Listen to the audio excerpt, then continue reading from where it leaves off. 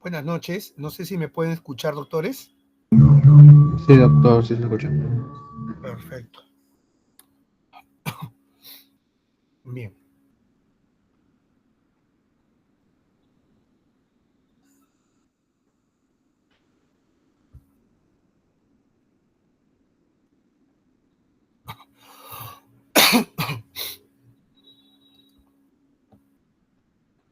Bien, buenos días, buenas noches, doctores. Agradecer ante todo su presencia, ¿no? Para realizar la clase teórica del día de hoy, que vamos a hablar sobre el tema de control de la respiración. Voy a compartir mi pantalla unos momentos. Un momentito, por favor.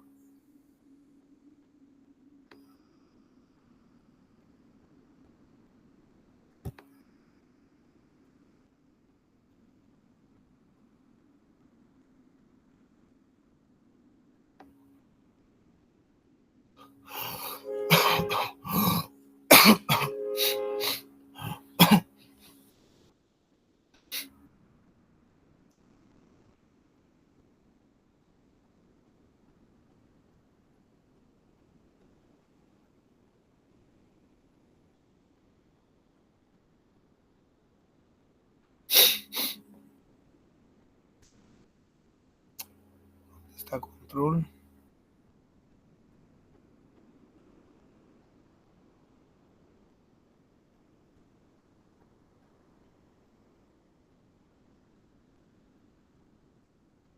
Un momentito.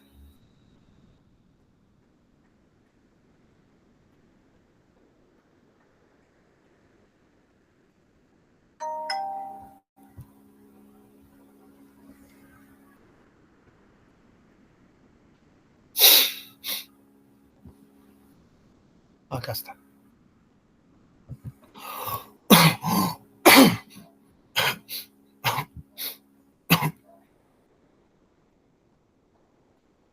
¿Pueden visualizar la pantalla, doctores?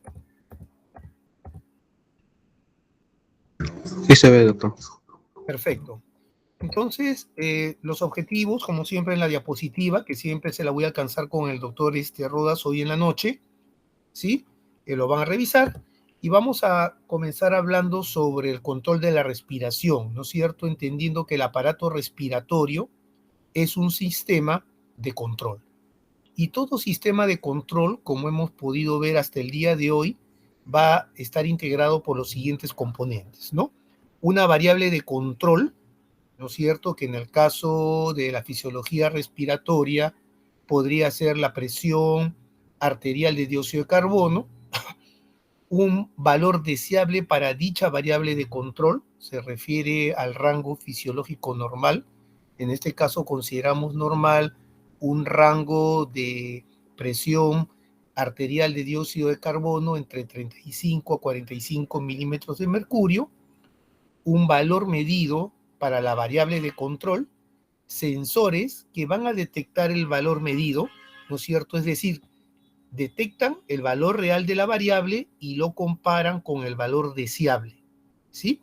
Estos sensores, como vamos a ver más adelante, van a estar ubicados principalmente a nivel de la bifurcación de la carótida y del callado aórtico y a nivel del bulbo raquídeo, ¿no es cierto?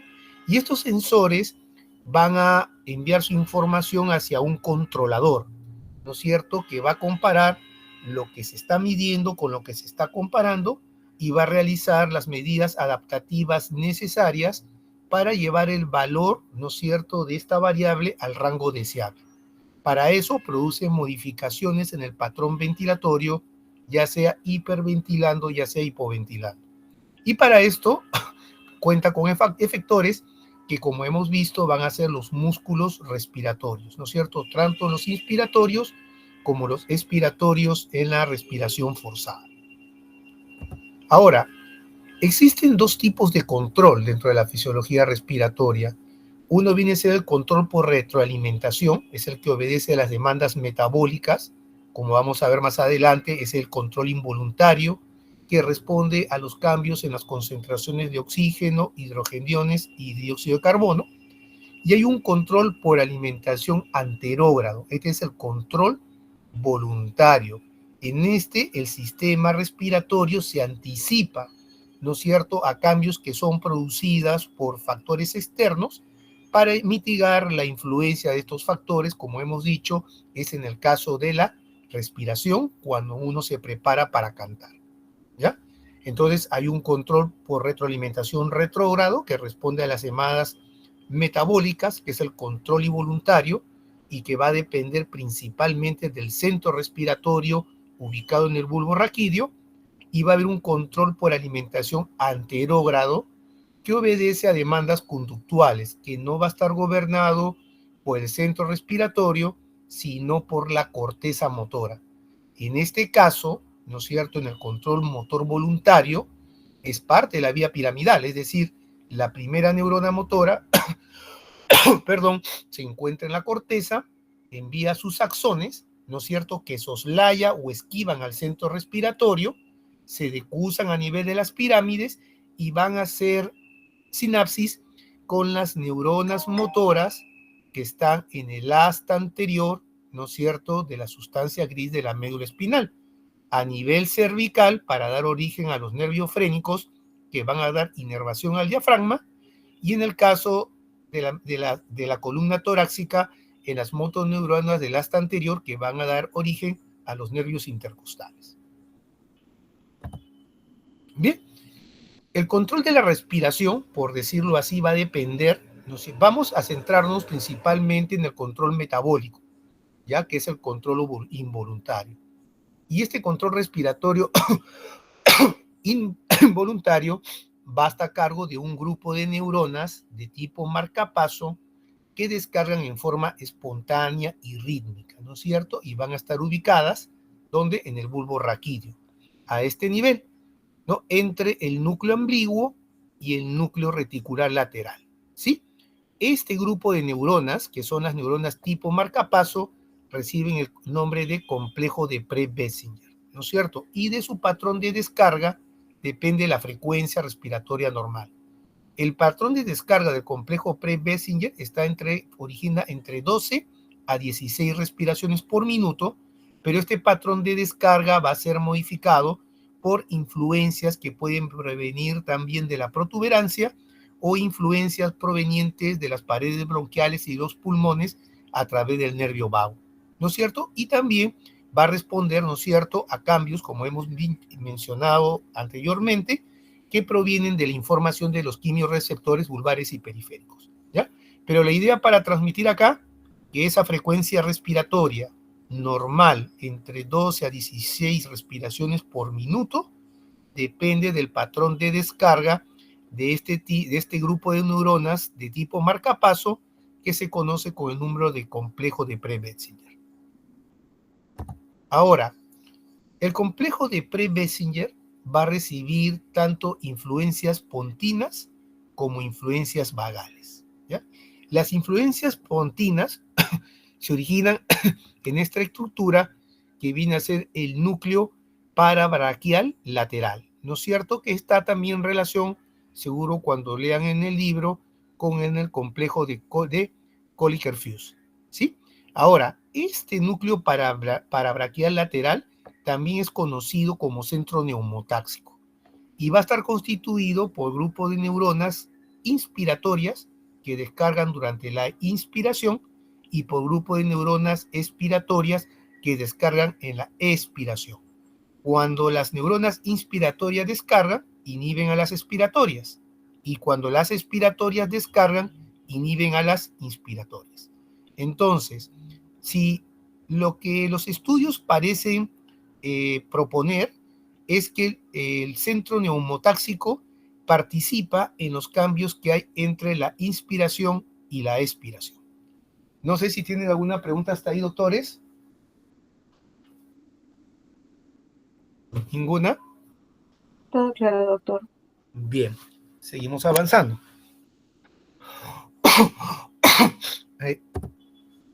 Otro tipo de influencia, ¿no es cierto?, que recibe este centro respiratorio complejo de Pre-Bessinger, viene a ser las influencias vagales, es decir, fibras que provienen de las paredes del músculo, de las paredes bronquiales y de los pulmones, y que a través de fibras parasimpáticas que constituyen el nervio vago se dirigen al centro respiratorio.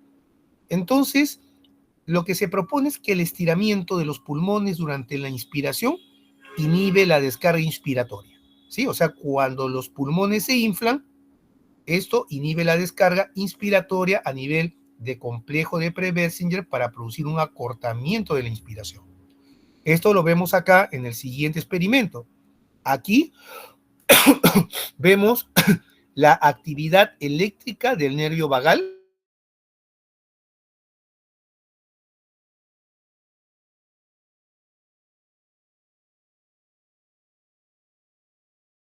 Entonces vemos en A cómo es la descarga cuando el nervio vago se encuentra intacto y en B cuando hay una vagotomía, es decir, cuando este nervio vago ha sido seccionado. La actividad eferente efrénica refiere, en otras palabras, ¿no es cierto?, la profundidad de la inspiración, porque a mayor actividad del frénico, mayor es el grado de inspiración. Y ustedes pueden ver acá cómo la actividad del nervio frénico en B es mucho mayor cuando el nervio está cortado que en A cuando el nervio está indemne, ¿no es cierto? ¿Por qué? Porque al seccionar, ¿no es cierto?, el nervio vago, se pierde esta descarga que inhibe la descarga inspiratoria y por tanto la inspiración es más profunda. Eso viene a ser como un control de la actividad mecánica, no química, que vamos a ver más adelante en forma breve cuando hablemos de reflejo de insuflado de Heringer-Breuer, ¿ya? Bien.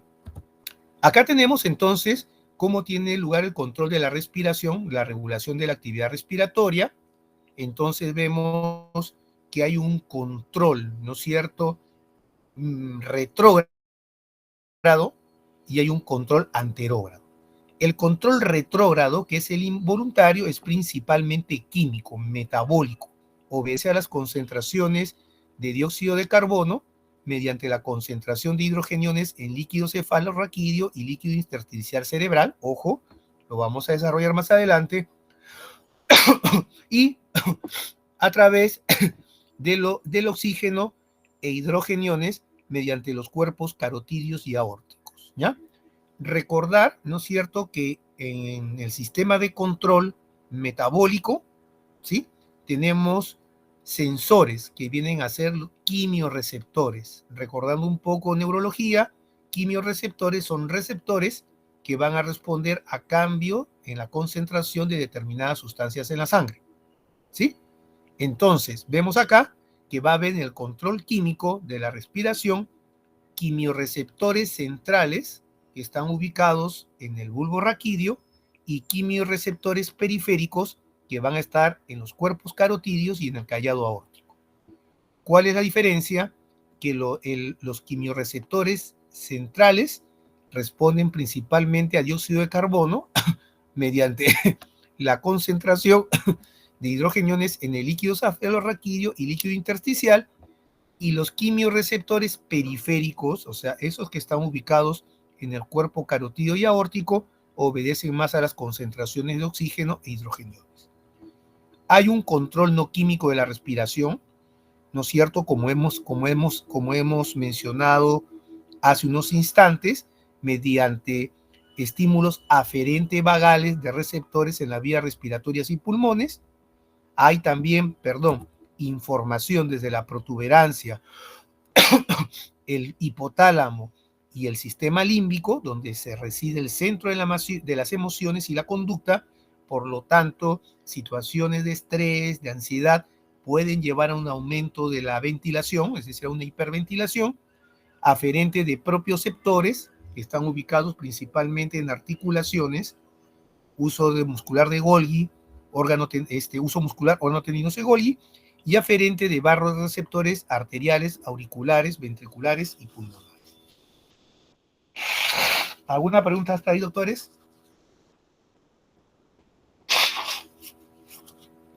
¿Ninguna? Todo claro hasta ahí, ¿no? Bien. Sí, doctor. Entonces proseguimos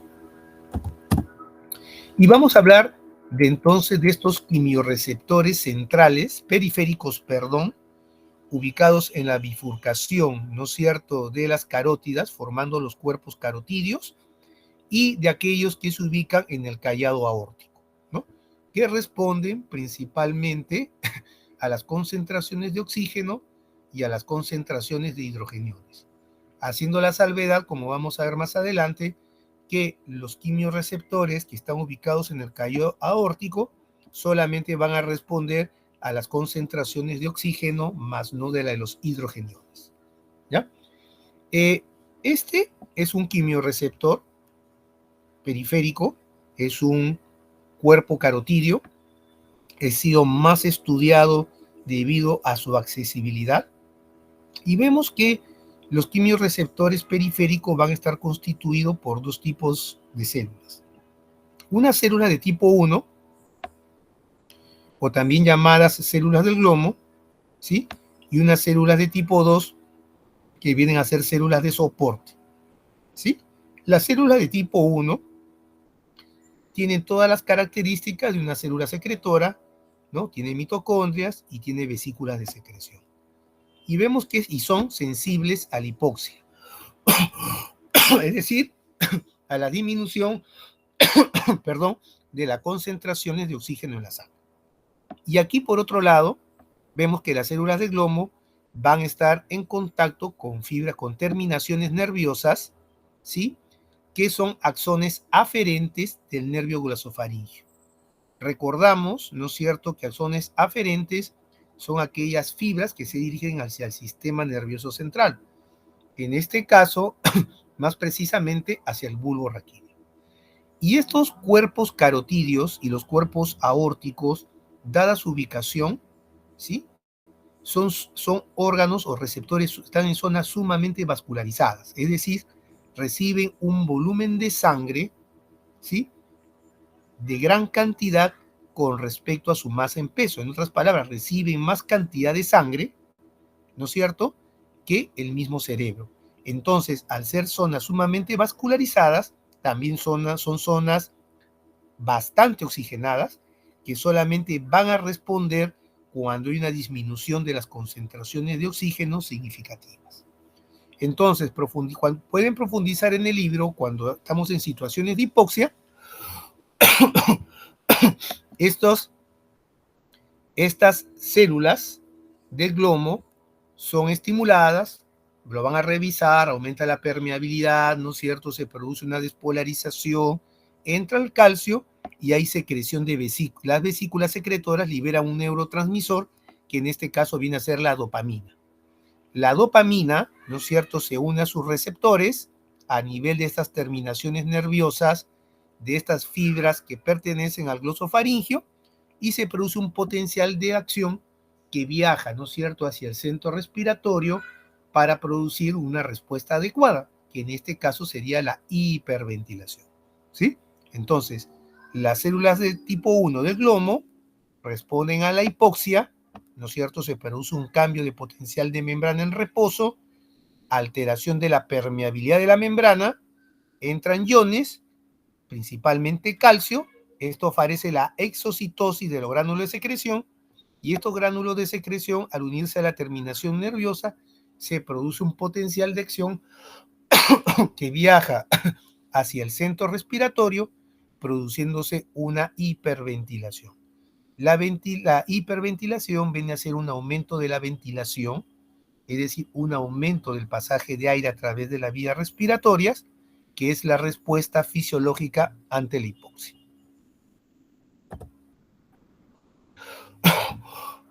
Bien, el cuadro de acá, ¿no es cierto?, nos representa la respuesta de los cuerpos carotídeos ante diferentes concentraciones de oxígeno a nivel de la sangre, ¿ya? Siempre recordar que en fisiología respiratoria se habla más de presión parcial, ¿no es cierto?, o presión arterial de oxígeno. ¿Por qué? Porque cuando empleamos el término de gases es mejor emplear el término presión. Pero la presión, como ustedes ya han visto las leyes de gases, va en relación al gradiente de concentración. Entonces, cuando hablamos que la presión de oxígeno en sangre aumenta, eso dice también, ¿no es cierto?, que la concentración de oxígeno en sangre aumenta. Y acá vemos, ¿no es cierto?, cómo la presión parcial de oxígeno desciende, es un experimento de 600 hasta 200 milímetros de mercurio sin producir un cambio significativo en la ventilación. Luego sigue descendiendo de 200 a 100 y sin embargo este grado de hipoxia tampoco produce un aumento significativo de la ventilación. Recién, ¿no es cierto?, cuando las presiones de oxígeno en sangre llegan a un valor aproximadamente de 50 milímetros de mercurio, como ven ustedes, sí se produce, ¿no es cierto?, un aumento significativo de la ventilación. Los cuerpos carotídeos, los cuerpos aórticos están sumamente vascularizados, es decir, reciben un adecuado aporte de oxígeno. Entonces solamente van a responder cuando la hipoxia es significativa. Y esto sucede cuando la presión arterial de oxígeno alcanza los 50 milímetros de mercurio. En este momento, recordar siempre, la principal variable de control no es la presión arterial de dióxido de carbono, sino de oxígeno. Entonces, como dicen los cuadros acá, la disminución de la presión arterial de oxígeno por debajo de 50 milímetros de mercurio aumenta la ventilación. El aumento de la presión arterial de CO2 también estimula los cuerpos carotídeos y aórtico, pero en menor grado. Solamente se produce un menos del 10% del efecto de los receptores centrales, que es lo que vamos a ver más adelante. Y el aumento de concentración de hidrogeniones también aumenta la ventilación, pero solamente en el cuerpo carotídeo. Los cuerpos aórticos no responden a aumentos de concentración de hidrogeniones. ¿Alguna pregunta? Entonces proseguimos. Bien, vamos a hablar de los quimiorreceptores vulvares y vamos a señalar, ¿no es cierto?, que estos quimiorreceptores vulvares se encuentran, ¿no es cierto?, en la cara anterolateral, ¿no es cierto?, del bulbo raquídeo, ¿sí? Cerca a la emergencia del 9º y 10º par craneal. Este vendría a ser, ¿sí?, los quimiorreceptores periféricos. Ojo, no confundir los quimiorreceptores periféricos con el centro respiratorio, ¿ya? Son grupos de neuronas completamente distintas. Y lo que van a hacer los quimiorreceptores centrales va a ser responder, como vamos a ver aquí más adelante, ¿no es cierto?, a las presiones o las compresiones arteriales de CO2 mediante la concentración de hidrogeniones en el líquido cefalorraquídeo y en el líquido intersticial cerebral. Y aquí sí hago una pequeña pausa, ¿no es cierto?, para quizás, ¿no es cierto?, en poder entender un poquito más esto. Un momentito.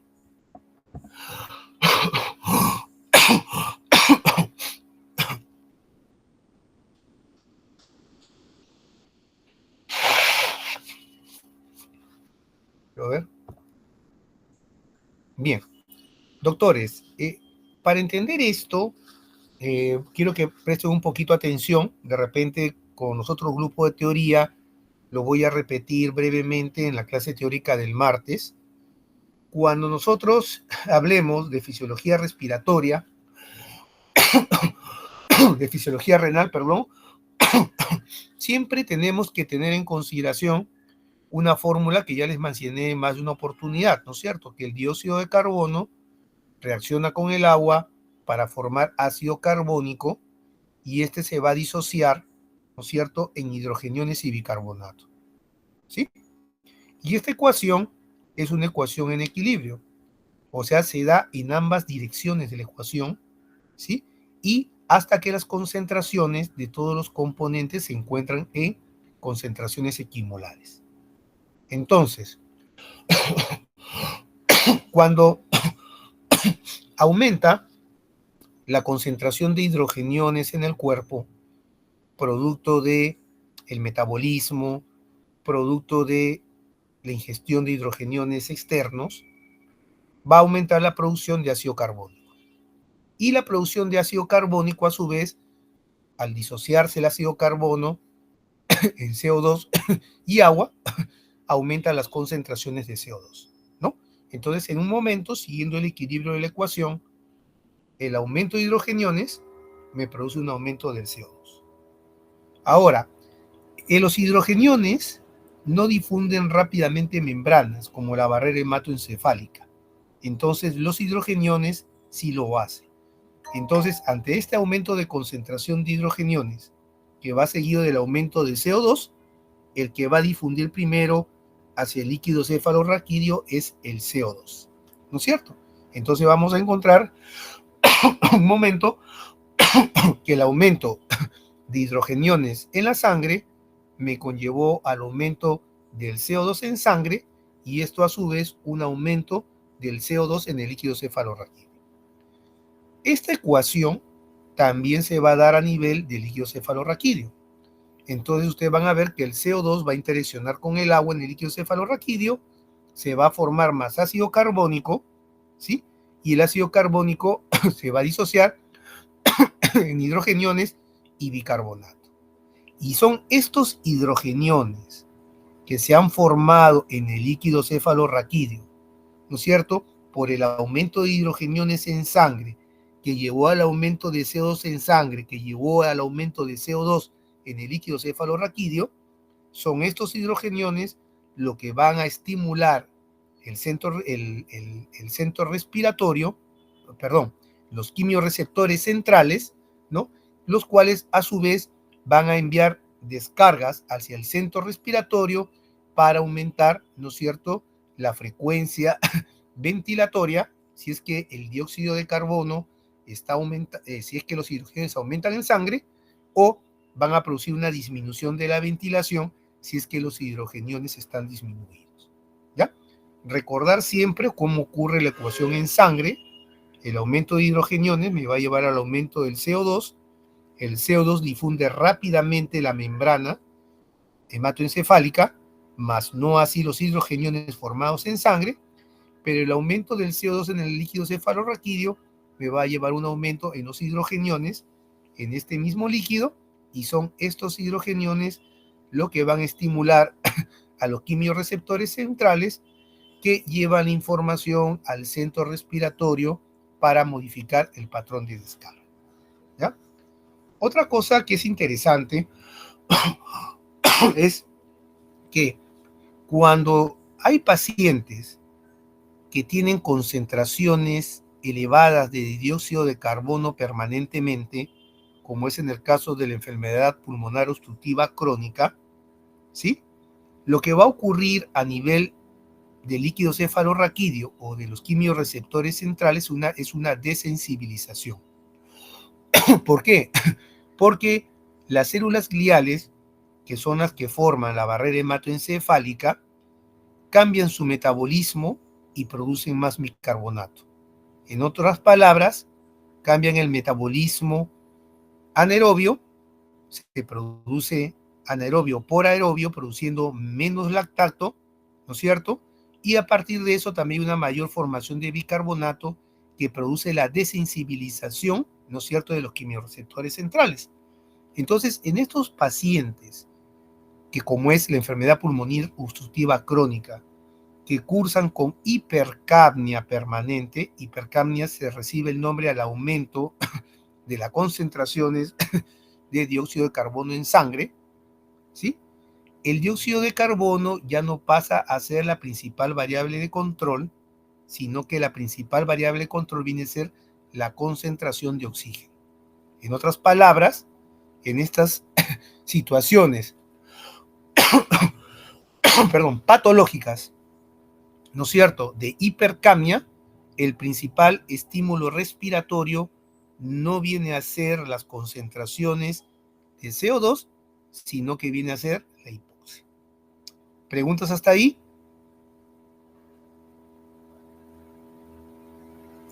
Bien, otra cosa que debemos recordar es que el aumento de hidrogeniones en el líquido cefalorraquídeo produce una disminución del pH mucho más significativa que la modificación de pH que produce la concentración de hidrogeniones en la sangre. Es decir, a igual aumento de concentraciones de hidrogeniones en la sangre, ¿no es cierto?, que en el líquido cefalorraquídeo, el descenso del pH es mayor en el líquido cefalorraquídeo porque tiene menor acción amortiguadora.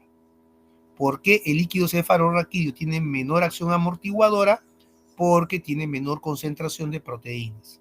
Recordemos que uno de los mecanismos de tampón fisiológico vienen a ser las proteínas, y el líquido cefalorraquídeo, al tener menos proteínas que la sangre, tiene un efecto amortiguador menor, y por tanto el aumento de hidrogeniones produce un descenso del pH mucho más significativo. ¿Preguntas? Bien, entonces vamos a proseguir con lo que viene a ser el control. Después voy a agregar una parte integrada, ¿no es cierto?, que no figuró en la diapositiva. La voy a poner ahora que se lo mando al doctor Rodas, ¿no? Es esta parte de acá.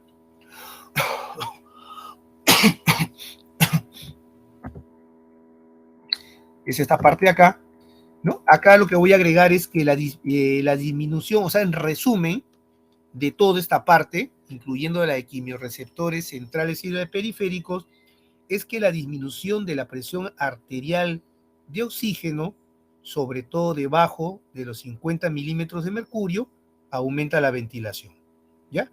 Que el aumento de la presión arterial de CO2 aumenta la ventilación, ¿no es cierto?, a nivel de ¿quién? De los quimiorreceptores centrales, ¿ya? Y que el aumento de la concentración de iones de hidrógeno aumenta la ventilación, pero no por acción, ¿no es cierto?, en acción de los cuerpos aórticos.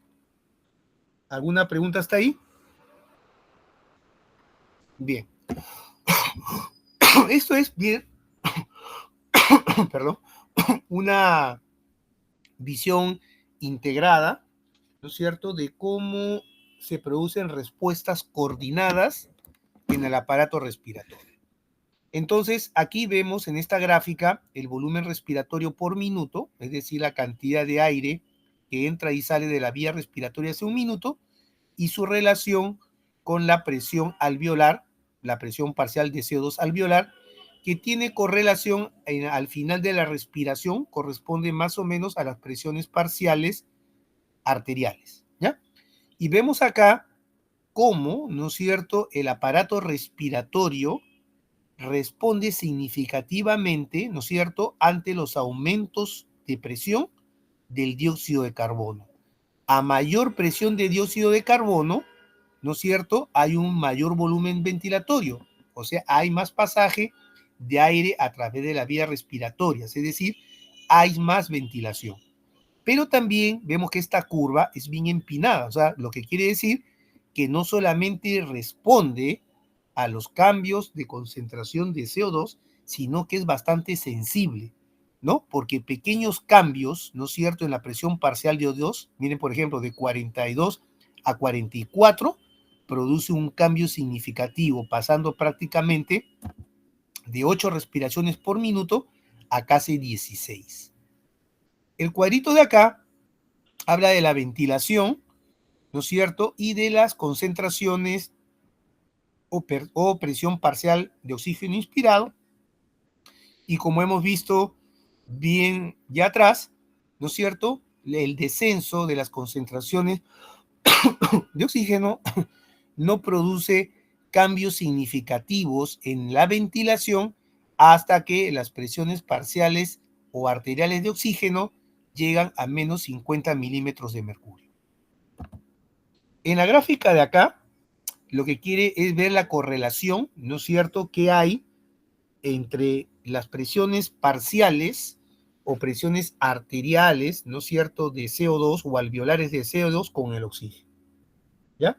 Entonces, recuerden, como hemos visto en el capítulo anterior que pequeñas elevaciones de la presión alveolar de CO2, ¿no es cierto?, producen un aumento significativo de la ventilación, pero que la respuesta, ¿no es cierto?, del CO2 depende también de la tensión arterial de oxígeno. Miren acá, vemos acá las presiones, ¿no es cierto?, presiones parciales de CO2, ventilación, cuando aumenta a un valor de 45, ¿no es cierto?, la presión de CO2, se produce un aumento de la ventilación, pero miren qué ocurre cuando la presión de oxígeno es menor. Vemos que se produce hiperventilación ante valores mucho menores, ¿no es cierto?, de CO2. Por ejemplo, si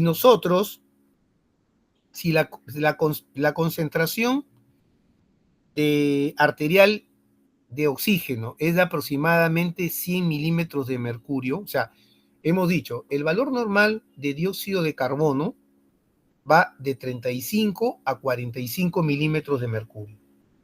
Entonces, un aumento del dióxido de carbono, ¿no es cierto?, por encima de este rango, ¿no es cierto?, produce un aumento de la ventilación, ¿sí? Sin embargo, ¿no es cierto?, cuando las presiones arteriales de oxígeno son mayores, tenemos acá una presión arterial de oxígeno de 100 milímetros de mercurio, vemos que esta respuesta ventilatoria ante los cambios de CO2 se da mucho más tardíamente, porque prácticamente un paciente que tiene una presión arterial de CO2, ¿no es cierto?, de aproximadamente 50 milímetros de mercurio, ya no comienza a hiperventilar cuando el dióxido de carbono se encuentra por encima de 45, ¿no es cierto?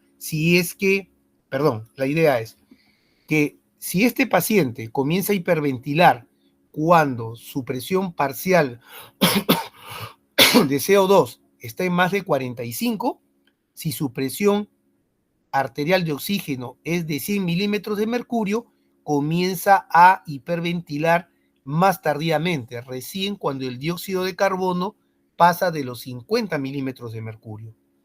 Y por otro lado, vemos que si este paciente tiene una presión parcial dentro de valores normales de CO2, dentro de valores normales como de 40 milímetros de mercurio, ¿sí?, va a comenzar a hiperventilar si es que la presión parcial de oxígeno se encuentra disminuida en 40 milímetros de mercurio.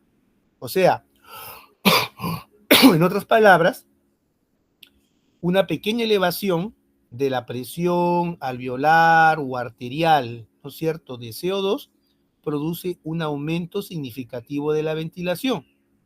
La respuesta, ¿no es cierto?, a la presión arterial de CO2 también va a depender de la tensión arterial de oxígeno. A valores bajos de presión arterial de oxígeno, la respuesta ventilatoria es más sensible a los cambios, ¿no es cierto?, de la presión arterial de CO2. Y la ventilación es mayor para una presión arterial de CO2 dada. ¿Ya? Esa sería la principal idea. Luego, esto ocurre, vemos acá también que la respuesta a la hipoxia o a las presiones, a las concentraciones de oxígeno en condiciones fisiológicas, ¿no es cierto?, se produce cuando la presión arterial de oxígeno se encuentra por debajo de los 50 milímetros de mercurio. Pero también vamos a ver que esta respuesta, ¿no es cierto?, se modifica con los distintos niveles de presión alveolar de CO2. Cuanto mayor es la tensión del dióxido de carbono, ¿sí?, ustedes ven que mucho más precoz es la respuesta a una tensión baja de oxígeno. Mientras que si la PO2 se encuentra elevada, ¿no es cierto?, hay una disminución de la tensión de oxígeno inferior a 100 milímetros cuando aumenta la ventilación. Este es un cuadro clásico, miren, ventilación, ¿sí? Acá vemos la presión alveolar de oxígeno, ¿ya? Siempre se asume que la presión alveolar de oxígeno, que está con mayúscula, y la presión alveolar de CO2 está con mayúscula, respiratorias finales, son equivalentes a las tensiones arteriales de gases, ¿ya? Se asume que la presión alveolar de CO2 y la presión alveolar de oxígeno están con A mayúscula, respiratorias finales son equivalentes a las tensiones arteriales de los gases. Entonces nos vemos acá nosotros una presión alveolar o una presión parcial de dióxido de carbono normal. Está en 40 milímetros de mercurio, ¿no? Y como hemos visto, ¿sí? Ante esta tensión de CO2, el paciente comienza a hiperventilar cuando la presión de oxígeno se encuentra 50 milímetros de mercurio. Pero si ustedes tienen una presión alveolar de CO2 alta, o sea, es decir, el paciente que está con hipercapnia, ustedes ven que el paciente no comienza a hiperventilar cuando se encuentra menos de 50, sino que comienza a hiperventilar mucho antes, cuando probablemente las presiones parciales o la presión alveolar de oxígeno es de 70 milímetros de mercurio. Y por el contrario, cuando ustedes están en una situación de hipocapnia, es decir, la concentración de CO2 es baja, aproximadamente 37 milímetros de mercurio, ustedes ven que esta respuesta al oxígeno puede ocurrir inclusive con presiones arteriales de oxígeno mucho mayores, como correspondientes aproximadamente a 45 milímetros de mercurio. Entonces vemos que la respuesta a la presión alveolar o a presión arterial de oxígeno se modifica también con los distintos niveles de presión alveolar o presión arterial de CO2. ¿Preguntas hasta ahí? ¿Alguna pregunta? Bien. Proseguimos entonces. Entonces vamos a hablar ahora, ¿sí?, del control respiratorio no químico, ¿no es cierto?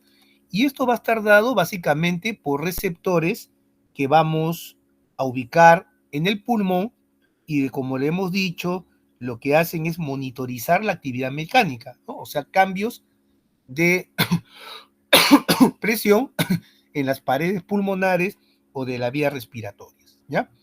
Y hay tres tipos de receptores en el pulmón. Acá solamente figuran dos. Uno, vienen a ser los receptores pulmonares de adaptación lenta y de adaptación rápida, ¿ya? Hay adaptación lenta y adaptación rápida. Y otros vienen a ser los receptores pulmonares y bronquiales de tipos de fibra C, que en el pasado se llamaban receptores justapulmonares o receptores J. Y uno que no sale acá en el cuadro, perdón, viene a ser los receptores de distensión. Estos receptores de adaptación lenta y de adaptación rápida, como es acá, los de adaptación lenta se encuentran ubicados principalmente en el músculo liso de las paredes bronquiales y responden a los cambios de presión transmural. O sea, estos receptores de adaptación también también se llaman receptores de distensión, ¿ya? Como hemos dicho, se separan en adaptación lenta, que produce una respuesta prolongada, ¿no es cierto?, ante un estímulo mantenido, y de adaptación rápida, que producen una respuesta transitoria, ¿no es cierto?, al estímulo mantenido. Bien. Vemos acá que estos receptores de adaptación lenta, como habíamos mencionado en la teoría, se relacionan con el control fisiológico, ¿no?, y con los reflejos reguladores. O sea, estos receptores de distensión se relacionan principalmente con reflejos reguladores. Y tenemos entonces el reflejo de inflado o reflejo de Herium-Breuer, en el cual se produce la inspiración o el inflado del pulmón, produce una disminución de la respiración, y el reflejo de desinflado, que produce un aumento, ¿no es cierto?, en la respiración. O sea, cuando se inflan los pulmones, se produce un acortamiento del tiempo respiratorio y una disminución de la respiración, y cuando se desinfla, se produce un aumento de la respiración. Estos reflejos, perdón, estos reflejos, como hemos dicho, son importantes en la teoría en el primer año de vida, pero son bastante débiles en el adulto, ¿cierto? Por lo tanto, no se cree que determinen el ritmo ni la profundidad de la respiración en los adultos. Sin embargo, como he dicho que cuando el volumen corriente aumenta por encima de 1 litro, sí se ve un incremento de estos reflejos y pueden ejercer algún papel durante el ejercicio. Entonces, las funciones de estos receptores, en resumen, sería el acortamiento del tiempo inspiratorio mediante los reflejos de inflación y desinflación de Hering-Brauer, regular de esta manera el trabajo reventilatorio y reforzar el ritmo respiratorio, como hemos dicho, sobre todo durante el primer año de vida. ¿Ya? Recordar términos: broncodilatación viene a ser cuando el músculo liso bronquial se relaja, con lo cual aumenta el flujo de aire. Taquicardia viene a ser cuando aumenta la frecuencia cardíaca, es decir, una frecuencia cardíaca mayor de 90 latidos por minuto. Y la hiperemia se refiere a que cuentan ustedes con una frecuencia respiratoria normal, pero mucho más profunda. ¿Alguna pregunta hasta ahí? Aquí, sí, vamos a hacer un breve cambio en lo que es el cuadro. Y cuando hablamos de estos receptores de la fibra C, pulmonares, bronquiales, antes llamados justapulmonares, vamos a decir que estos receptores se encuentran no como figura acá, entre las células epiteliales de la vía, no como figura acá, sino que como figura acá, ya que los receptores de fibra C pulmonares y bronquiales se encuentran, ¿no es cierto?, en la pared alveolar cerca de los capilares pulmonares y que envían fibras aferentes, ¿no es cierto?, por el medio del nervio vago, que son fibras C amielínicas, hacia el sistema nervioso central. ¿Ya? Ahora, estos receptores, ¿no es cierto?, van a responder, como dice acá, el estímulo es el inflado pulmonar intenso, ¿sí?, al desinflado intenso, ¿sí?, y también van a responder a mediadores químicos como vienen a ser la histamina y la prostaglandinas, ¿ya? Y la respuesta que producen, ¿no es cierto?, es prácticamente antagónica es casi antagónica a la de la respuesta de los receptores de distensión. ¿Por qué? Porque me va a producir una constricción bronquial, no me produce taquicardia, sino bradicardia, me produce hipotensión, es decir, disminución de la presión arterial y la secreción de moco. Ahora, otro que no figura acá viene a ser, ¿no es cierto?, los receptores de irritación, ¿ya? Estos receptores van a estar diseminados por las vías aéreas y se sitúan entre las células epiteliales, se estimulan por partículas inhaladas, gases tóxicos, aumento del flujo aéreo, deformación mecánica, y los mediadores químicos de las reacciones alérgicas también estimulan a estos receptores que en parte contribuyen en la ventilación del asma, ¿ya? La estimulación, como estoy ahorita, de los receptores de irritación, ¿no es cierto?, estimula, estos receptores, o sea, se van a encontrar en la tráquea, ¿ya? Y ahí su estímulo produce la tos, para eliminar así las partículas de las vías aéreas.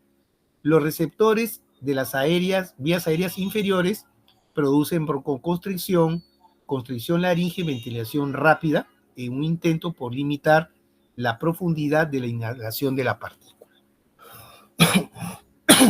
Ahora vamos a retroceder un poco y hablar otros tipos de receptores de control no químico. Y me voy acá ya hemos hablado de los aferentes vagales, Hemos hablado, esto también, aferentes que provienen del hipotálamo y el sistema límbico, por tanto las emociones pueden alterar, ¿no es cierto?, el patrón ventilatorio. Aquí también hay aferentes de propioceptores.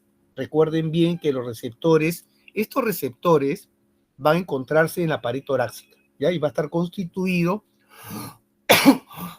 por receptores articulares que miden la velocidad del movimiento costal, van a estar constituidas por los órganos tendinosos de Golgi, que como ustedes saben detectan la fuerza de la contracción muscular, y por los usos musculares que llevan información de las fibras musculares, tanto estática como dinámica, es decir, la longitud y la velocidad con que ocurren los cambios de longitud muscular, ¿ya? Estos receptores, estos aferentes de propioceptores, ayudan a los cambios de ventilación impuestas por una carga extrema, es decir, como por ejemplo cuando ustedes realizan movimientos de flexión o de rotación en el tronco. Lo consiguen modificando la aferencia de las neuronas motoras de los músculos respiratorios, ¿ya? El objetivo es lograr una respiración más eficaz en cuanto a volumen, corriente y frecuencia. Luego tenemos los vasoreceptores arteriales, como sale acá abajo, ¿no? Auriculares y ventriculares, ¿sí? Estos estimulan los vasoreceptores arteriales que inhiben la ventilación y los vasoreceptores arteriales, auriculares y ventriculares son receptores de presión. Entonces, la hipertensión estimula a los vasoreceptores arteriales que inhiben la ventilación. O sea, en situaciones de hipertensión, estos vasoreceptores son estimulados y producen una inhibición de la ventilación. Por otro lado, la hipotensión ejerce el efecto contrario. Bien, no sé si hay alguna pregunta hasta ahí. Cambiamos para acá. ¿Alguna pregunta, doctores?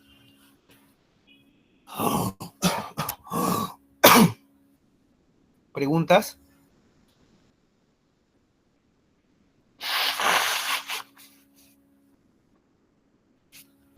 Doctor. Sí, escucho. Buenas tardes. Con respecto a la corrección que hizo del cuadro, ¿lo podía repetir lo de la ubicación?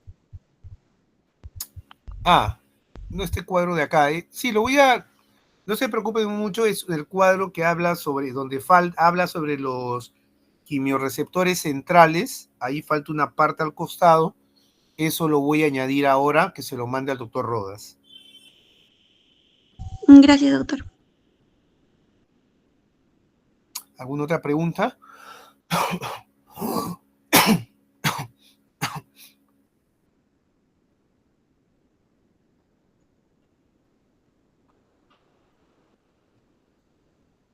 ¿Preguntas hasta ahí? ¿Ninguna? Bien. Entonces damos finalizada la clase teórica del día de hoy.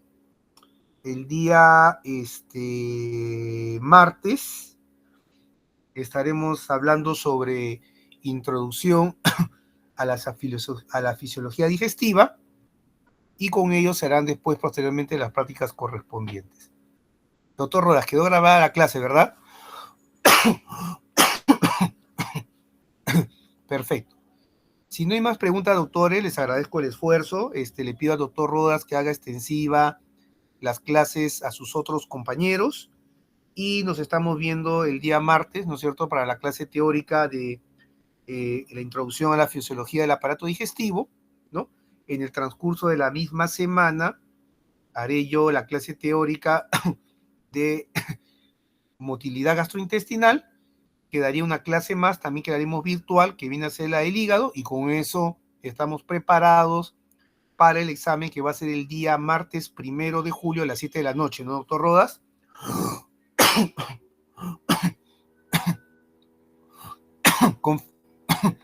¿Confirmado o todavía no, doctor?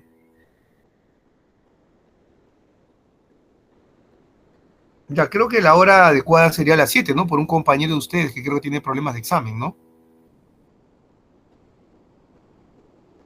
Ya, doctor.